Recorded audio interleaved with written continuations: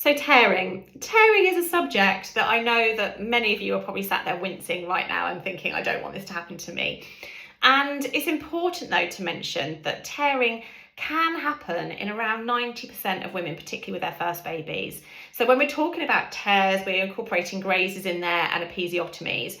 So it's very common and very likely that you will experience some form of tear in your labour. And I talk about that because I think it's important to go into it being aware of it, because if you know that it's going to happen, but understand the different types of tear, then hopefully it will allow you to relax a little bit and just kind of go with what your body needs to do. Now, there are different severities of tears. So let's start at the beginning. So some women will just experience a graze or a first degree tear. Now, a first degree tear is literally when the skin has just torn, and normally it's a piece of skin that sits between the vagina and the anus, which we call the perineum. So sometimes that will have a very slight tear on it. If you have a first degree tear, it will naturally heal. You don't need any stitches, and you probably won't even notice it's happened, to be honest. Second degree tears are when the skin and some of the muscle starts to tear, and both first and second degree tears can be dealt with by your midwife.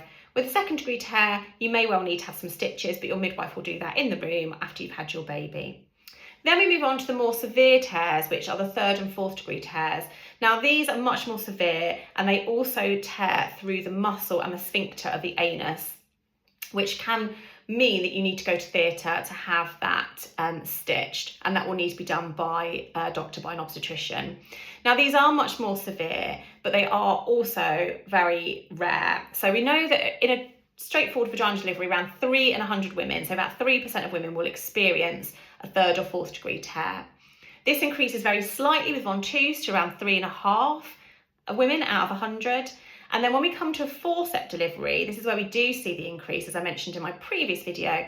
It's around 8 to 12 women in 100 will experience a third or fourth degree tear.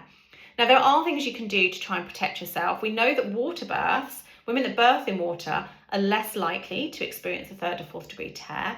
And whilst we like to believe that's because she's nice and relaxed and the water's doing all that lovely softening the perineum, actually we know it's more likely because no one can get to you when you're in the water. A doctor can't physically get in there and force you to have an assisted delivery.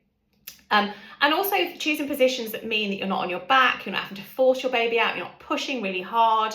All of these things can also help to reduce your risk of tearing. So it's something to be mindful of, it's something to be aware of, but just understand that if you have a first or second degree tear, you probably won't even notice, and quite frankly, once you've had a baby, it's all a bit stingy down there anyway. Things you can do, you can, when you go to the toilet, take a warm jug of water with you. When you go for a wee, just pour that over you, and that will just help take away the acidity of your urine. You can use homeopathy, so arnica is a good one to help to heal within. You can use tea tree oil in the bath. All of these things can be quite helpful to help you recover.